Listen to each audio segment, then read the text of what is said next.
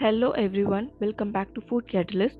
As you are aware, we are discussing the previous year question papers of Kerala Food Safety Officer examination, and this is the part 3 of the series. You can download this PDF through our Telegram channel and connect with us by joining the channel. We are also active on LinkedIn and other social media platforms. Our motto is simplifying safety and igniting knowledge. And these are the QR codes for our WhatsApp channel, Telegram channel, and YouTube channel. Let's get into the discussion.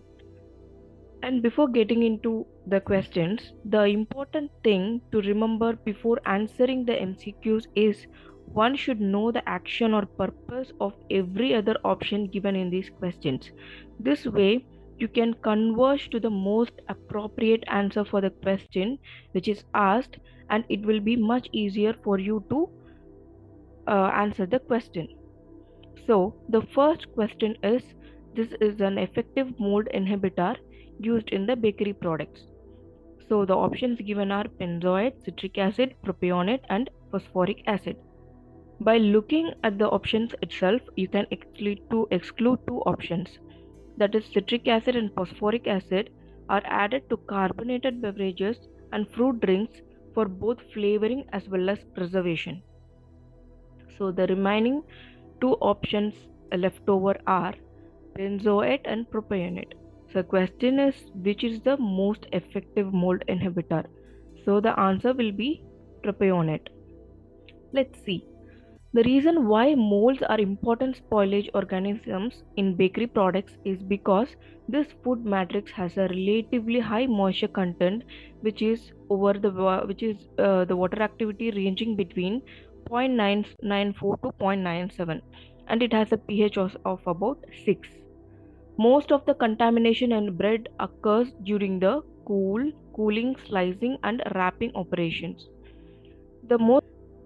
Some of the mold species that have been implicated in mold spoilage of bakery products are Penicillium, Aspergillus species, Cladosporium species, Mucorale species, and Neurospora. What are the ways to control mold spoilage in bakery products? One is by restricting the access of the spoilage by mold to the product, which usually occurs by cross contamination of the bakery equipment or by dust of the floor, etc. Or the second one is inactivating the fungal material and inhibiting the growth of the fungus. Let's say the fungus has already acquired in the a bakery product, even though we have been cautious about the occurrence of mold. So in that case, we will be going for the option which is the use of chemical preservatives. So these are the common chemical preservatives used to prevent the mold spoilage in bakery products. That is propionates in the form of calcium or sodium propionate, sorbates, so sorbic acid and potassium sorbate, benzoates, parabens, and acetic acid. These acids are generally recognized as safe. Propionates are the chemical antimicrobial generally used to control molds as well as bacterial spoilage. Propionates are mainly used as their sodium or potassium or even calcium salts because they are less corrosive and easier to handle than the liquid acid. Let's see an example. This is a premium brand's cake product. In this, preservatives are highlighted, which is given in the number 2202 and 282. Potassium sorbate is used to limit the growth of molds, yeast, as well as bacteria. Calcium propionate is used to limit the growth of molds and bacteria. So their use of calcium propionate is permissible only at the levels of not more than 0.3% of propionic acid equivalent. Furthermore, this is the most important thing you have to remember, the propionates have little or no effect against yeast, which makes them highly suitable to control mold spoilage in yeast raised bread. Calcium and sodium propionate are neutral salts of propionic acid, which is a naturally occurring byproduct of propionibacterium found in Swiss cheese. Propionic acid is industrially produced by the hydrocarboxylation of ethylene and aerobic oxidation of propionaldehyde.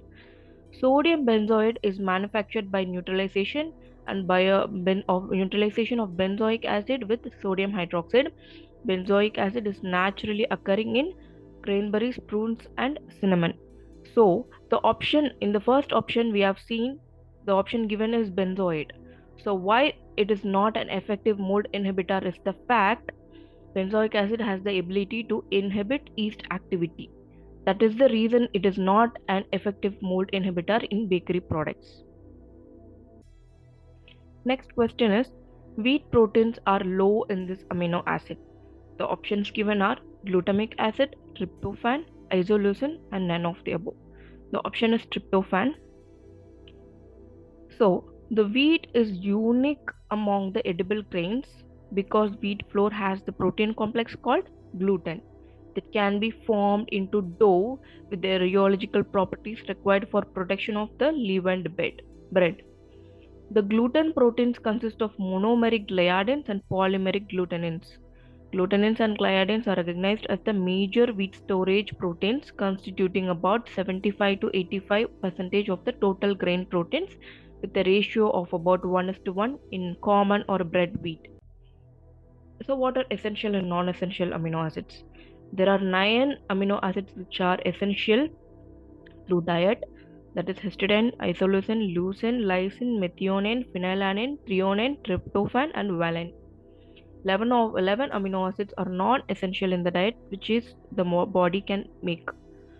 They are alanine, cysteine, proline, arginine, glutamate, serine, asparagine, glutamine, tyrosine, and glycine. Glutamate, aspartate as well. Aspartate and glutamate are also called as aspartic acid and glutamic acid, depending upon their chemical nature. Since all 20 amino acids are needed to make protein, protein synthesis can't complete even if one is lacking. One amino acid can't substitute for another. So in this table column, the list of amino acids are given and there is a comparison between amaranth meal and wheat flour.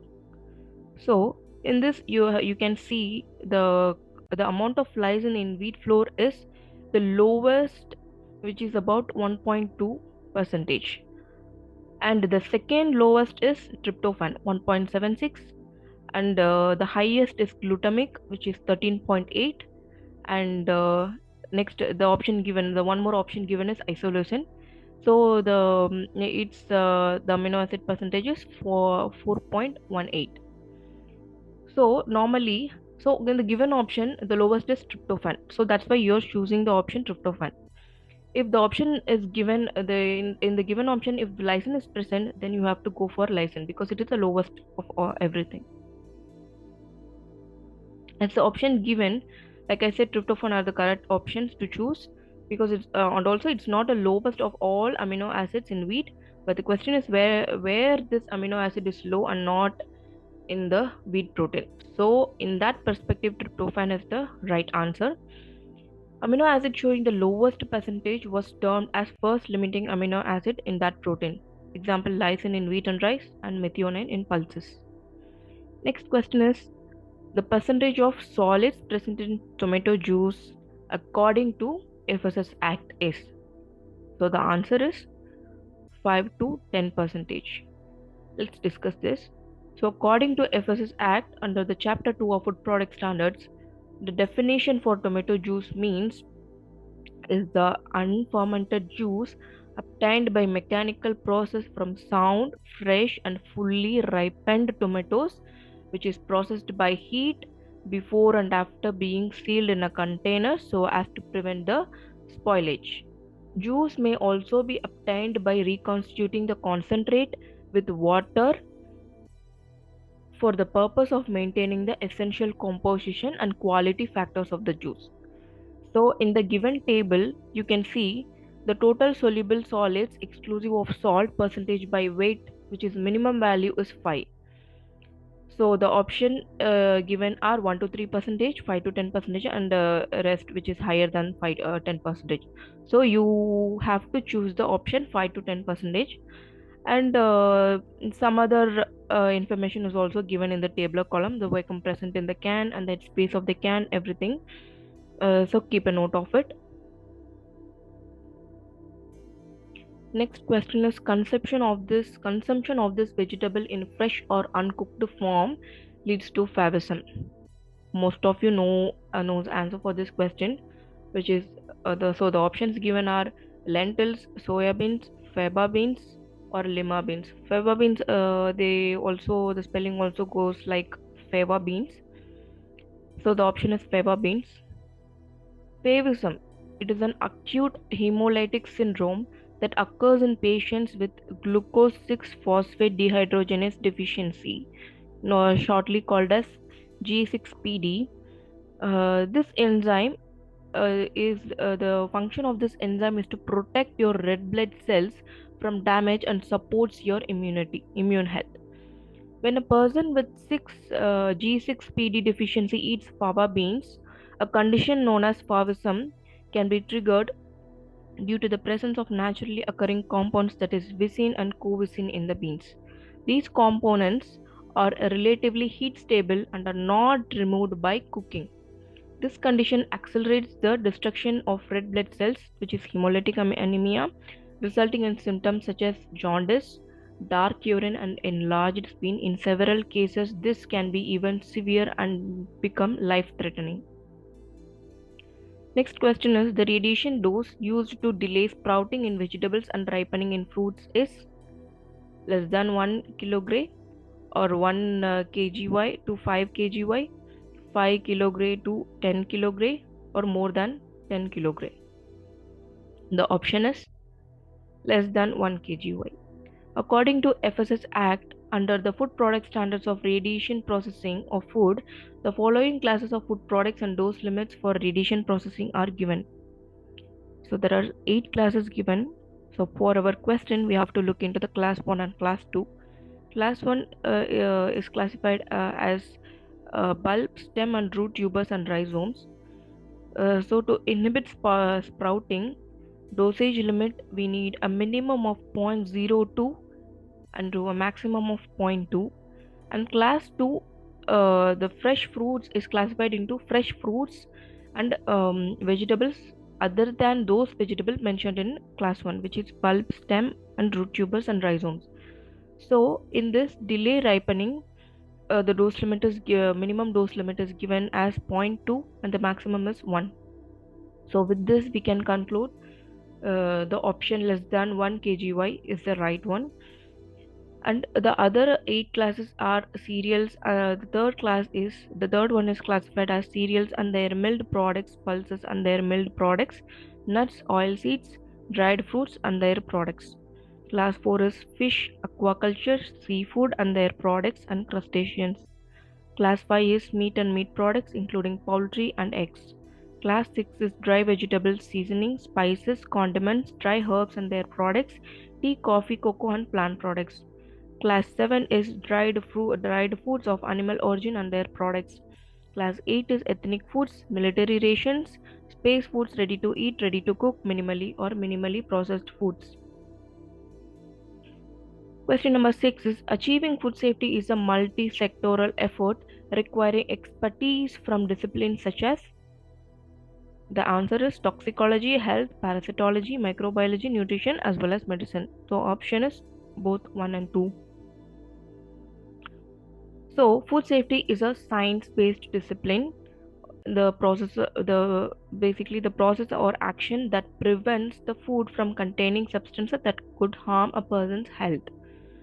According to FSSAI, food safety means assurance that food is acceptable for human consumption according to its intended use. So everyone who produces, processes, transports, stores, prepares, serves and consumes food needs to use practices that keeps the food safe. Government also plays a key role in developing the legislation, implementation policies and conducting inspections, enforcing regulations, educating and communicating the public. Even the sustainable development goals call for everyone, in particular the poor and vulnerable, to have access to safe nutrition and sufficient food all over the year.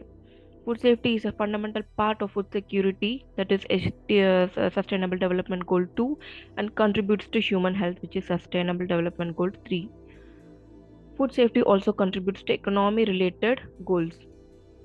So, in the studies in microbiology, toxicology, chemistry, epidemiology, biology, genetics, and other scientific disciplines also provide evidence of food safety hazards and their risk, and help select the policy standards and practice to manage, that is to able to provide the safe food for the public. This organization, next question is, this organization aims to facilitate the global prevention, detection, and a response to public health threats associated with unsafe foods. So there are four options given.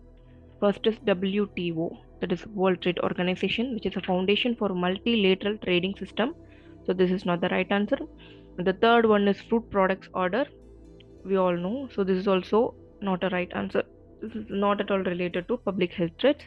And the fourth option is National Codex Committee, which is a forum for discussions and formulation of national position and responses to Codex draft standards under Codex Committee. So this is also not the right answer. So the answer is World Health Organization. So let's take a look at WHO. It is an organization of 194 member states. The member states elect the Director General, who leads the organization in achieving its global health goals. Current Director General is Dr. Tedros Adhanom Ghebreyesus. WHO Secretariat includes experts, staffs, and field workers at Geneva-based headquarters, and there are 6 regional offices and other stations located in over 150 plus countries. The World Health Assembly is WHO's highest level decision making forum. Every year, delegates from all the member states convene at the World Health Assembly to set priorities and chart a course for global health progress. WHO works with member states to support them to achieve the highest standard of health for all the people. So, access to enough, safe, and nutrition food is the key to sustaining healthy life. Food safety, nutrition, and food security are closely linked in one or the other way. Unsafe food creates a vicious cycle of disease, malnutrition, and particularly affecting the infants, young children, and elderly and the sick. So even this unsafe food enters the cycle in through at any point, either through nutrition or food security. It is going to be affecting the public.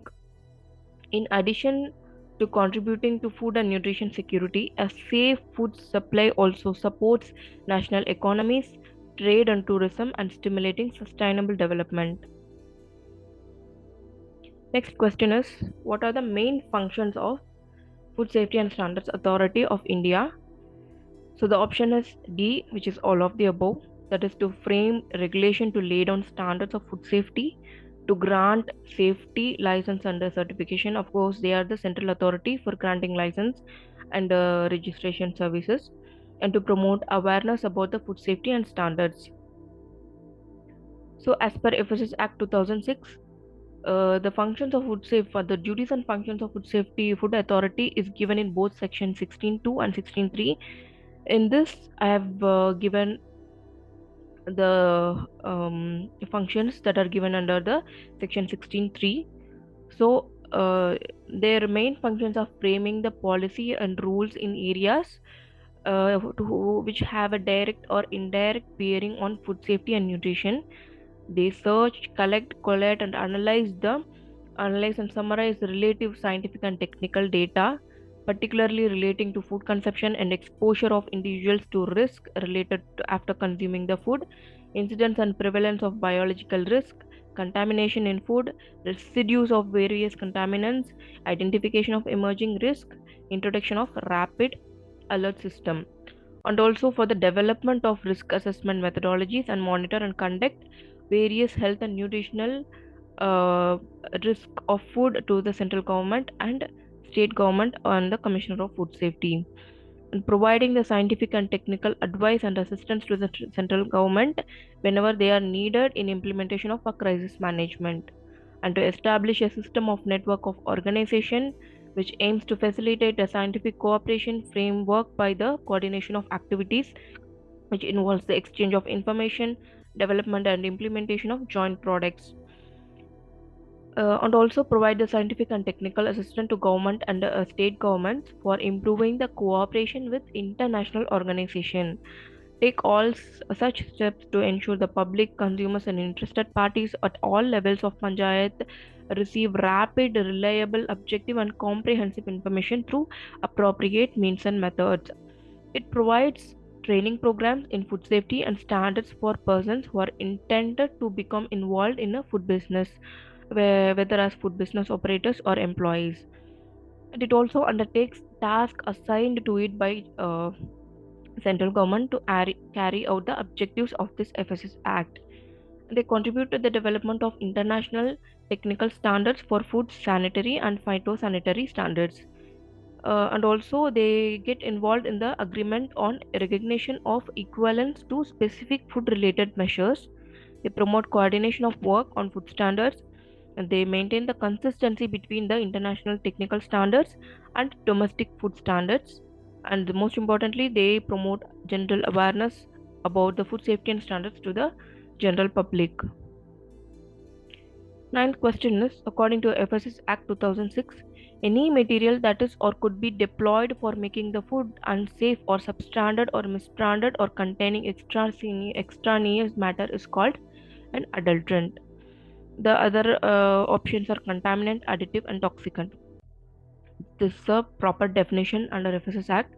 So you can only answer this question only if you know the definition in a proper way. So let's discuss. So like I said, adulterant means any material which is or could be employed for making the food unsafe or substandard or misbranded or containing extraneous matter. So what is extraneous matter? It is any article of food which may be carried from raw materials, packing material, or process systems used for its manufacture or which is added to it, but such matters does not always render such article of food as unsafe food. So here is the grammatic representation. So the other terms that are given in the definition adulterant are substandard, misbranded, and extraneous matter. Extraneous matter we have just discussed, and substandard. What is substandard food? They can be non-injurious to health as well as injurious to health. And next is misbranded food. Misbranded food that can cause these can also be divided into substance that can cause injury to health, as well as they can be non-injurious to health. And there are some other substances that also considered as adulterant, which is weevilled grains or poisonous and toxic or harmful seeds. So, misbranded food in food safety and standards law has been divided into three categories. First is an article of food not injurious to health. Either it may be purported or it is represented to be or is being offered or promoted for sale by false or misleading or deceptive claims. This can be possible in two ways, which is which is either they can be they are represented on the label of the package, or they are represented in such a false way through their advertisement. Second is they are sold by a name which belongs to another article of food, which belongs to a different food, but it is not that food actually. So this is one case. And third one is offered or promoted for sale under the name of fictitious as the manufacturer or producer of the article as born on the that is as present in the packaging or containing the article or label on such package. The second category is the misbranded food means if the article is sold in packages which have been sealed or prepared by the manufacturer or producer bearing his name and address. But there are three cases in this under this. First one is the article is an imitation or a substitute or resembles which is likely to deceive another article of food under the name of which it is sold, and is not plainly labeled as to indicate its true character. The second one is package containing the article or label on the package bears any statement or design or device regarding the ingredients which is false or misleading in any material particular, or if the package is otherwise deceptive with respect to its contents. Third one is the article is offered for sale as the product of any place or country which is false. The third category is it contains any art if it contains any artificial flavoring, coloring, or chemical preservative, and the package is without a declaratory label stating the fact, or is labeled in accordance with the requirements of this act or regulation made thereunder, or is in contravention thereof. Second one is offered for sale for special dietary uses unless its label bears such information as may be specified by the regulation concerning its vitamins, minerals, or other dietary properties. Third is it is not conspicuously or correctly stated on the outset thereof within the limits of variability laid down under this act. The other term which is used in the definition of adulterant is substandard, which is an article of food that shall be deemed to be substandard if it does not meet the specified standards but not so as to render the article of food and thereby injurious to health. That is, it does not render the article of food unsafe and thereby injurious to the health. Unsafe food means any of the food article which by nature or substance or quality is so affected as to render it too injurious to health. That is, by the article itself or its package, which can be composed whether or wholly or in a part of poisonous or deleterious substance. Either the package contains a bit of a poisonous or a deleterious substance, or the entire package can have poisonous substance. By the article consisting wholly or part of any filthy, putrid, rotten, decomposed, or diseased animal substance or vegetable substance.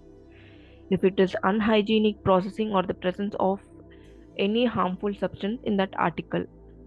By substitution of any inferior or cheaper substance, whether wholly or in part, which may decrease the quality of the food article, or also by any addition of substance directly as an ingredient which is not permitted under the FSS Act, or by the abstraction wholly or in part of any of its constitution. If any of the good things from the or nutritious things from the food article is being abstracted, then also it is considered as unsafe food. Next is, if an article is being colored, flavored, or coated, or powdered, or polished so that to damage or so that as to damage or conceal the article to make it appear better or of greater value than actually what it is, this is also unsafe. By the presence of any coloring matter or preservatives other than the specified or in respect thereof. By the article having been infected or infested with worms, weevils, or insects. If the article is being prepared, packed, or kept under insanitary condition, it is also unsafe. If the package is being misbranded, substandard, or food containing any extraneous matter, it is unsafe. And if it contains any pesticides and other contaminants in excess quantities, it is also unsafe food. The last question is, the seller shall be liable under FSS Act for any article of food that is, the options given are sold after the date of expiry, misbranded. Third option is both 1 and 2, and none of the above. Like we have discussed about what is this misbranded statement in the previous questions, you would have gotten an idea. So the option is both 1 and 2. So, the manufacturer or packer of any article of food shall be liable for such article of food if it does not meet the requirements of this act and rules and regulations made. So, if the wholesaler or distributor sells a product which is supplied after the date of its expiry, or stored and supplied in violation of the safety instructions, or if it's unsafe or misbranded, unidentifiable or of manufacturer from whom the article of food have been received, or stored or handled or kept in violation of provision of this act, rules and regulations made thereunder of, received by him with the knowledge of being unsafe. The seller shall be liable under this act for any article of food which is sold after the date of its expiry, or handled or kept in unhygienic conditions, or misbranded or unidentifiable of the manufacturer or the distributors from whom the article of food were received, or received by him with the knowledge of being unsafe. So that's it for today's video. Thank you for watching, and you can attend our daily free quiz at Telegram by 7 p.m. Thank you.